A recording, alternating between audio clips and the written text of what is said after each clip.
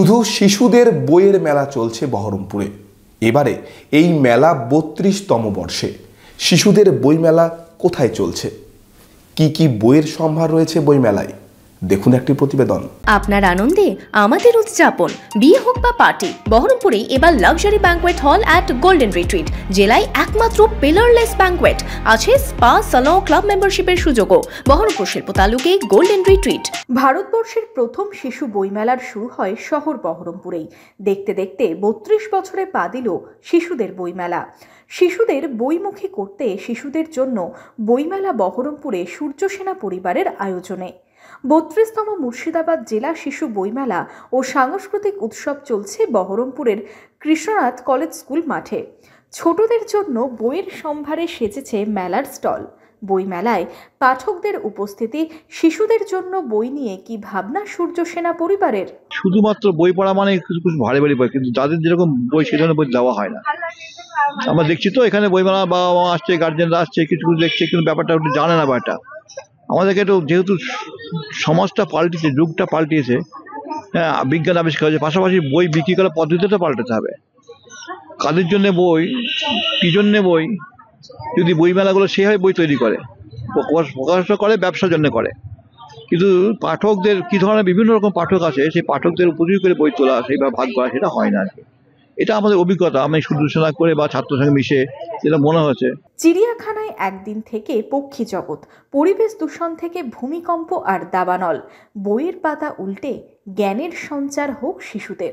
Google search করে বা স্মার্টফোনের স্ক্রিনে গেম খেলে নয়, বইয়ের গুরুত্ব বুঝুক ওরা, চাইছেন উদ্যোক্তারা। ট্রেন্ডের বাইরেও যে সমস্ত প্রতিযোগিতা, বিতর্ক, এগুলো আমাদের কিন্তু এখানে হয়ে থাকে।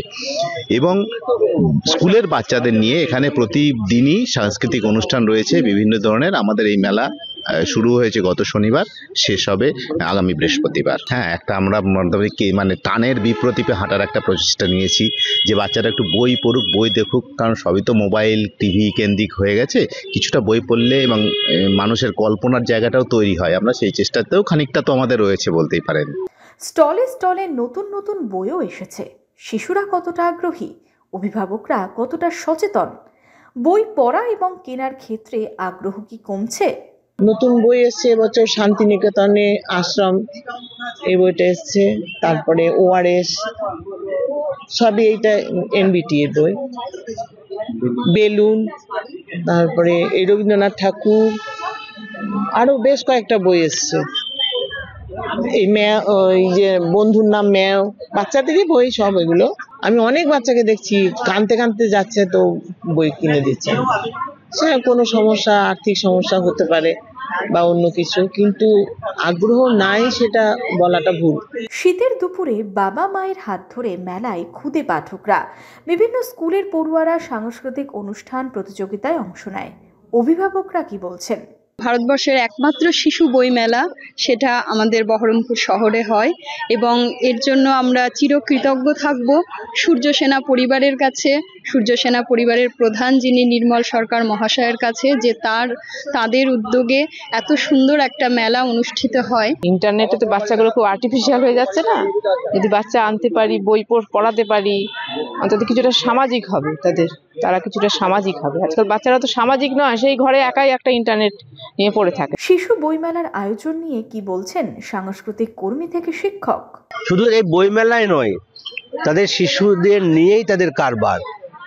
শিশুদের আঁকা, শিশুদের নাটক শেখানো এবং সংস্কৃতি মুখী করে তোলা, এটা তাদের লক্ষ্য।